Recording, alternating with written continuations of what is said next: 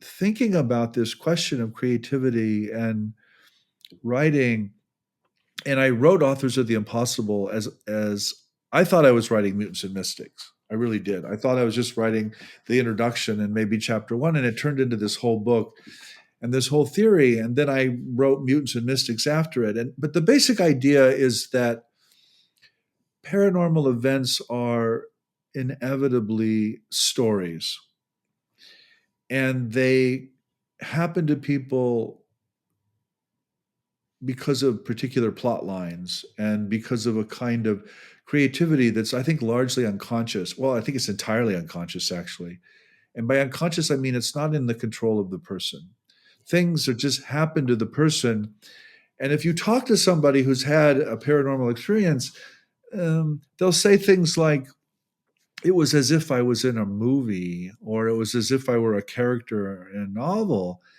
To which I always respond, well, you are. You're inside a story right now, and Yeah. you're telling one. And culture itself is a narrative and a set of assumptions and a plot line, and so is religion. I mean, my job is to understand religion, and religion is basically about big stories that people take to be true.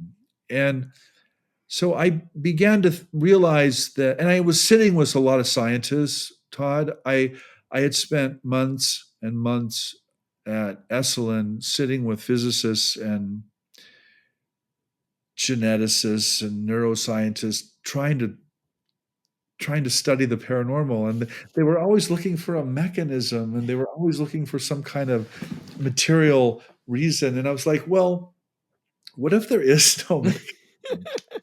I mean, what if this is a story? What if these people are caught in a story and they just looked at me like, what the hell are you talking about? And Yes. but I Yes. was serious. I was like, no, really, I don't think there's a mechanism. I think something's telling a story here, and these people are realizing it. And so I started to develop this idea that really what was being called for was for us to wake up inside this story and maybe tell a different story, you know. And I was working with a lot of young people, and I realized that most people don't actually like the stories they're born into. They don't work so well. And particularly with religion, a lot of religions were created hundreds or thousands of years ago with social and moral values that are just Yeah. completely rejected now. And people are kind of caught in these stories, and they suffer. They suffer Yeah. intensely.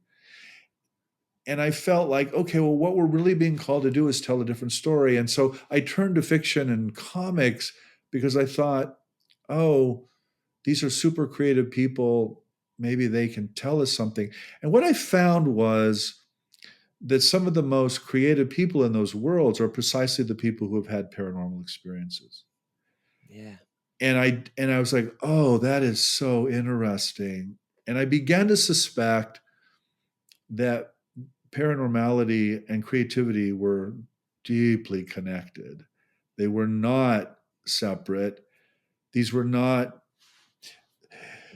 Well, what interested me about the authors and the artists was they were not like the scientists. They did not try to prove that A, B, or C happened. They just turned it into another comic book or another Absolutely. novel. And I was like, oh my God, they're like doing art. They're like Mhm. creating art out of this. And this isn't about proof. This is about art and life and living in another story. And I got to know actually some of the artists and authors that I grew up with as a kid. I mean, I adored these people. And it turned out as an adult, they would actually talk to me. And I That's the best. yeah, that was a revelation, by the way.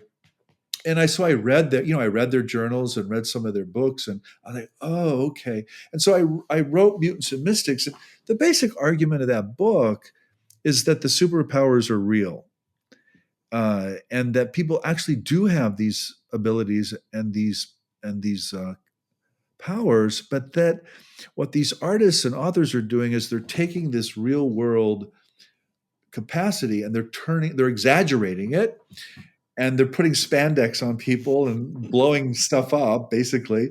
Um, but that there's a kind of core to these stories that is actually the case, and that this is what creates the attraction, I think, for people. This is why these stories become so central to culture and make so much money in the movies and television, that there's a core there and Yes. people recognize it.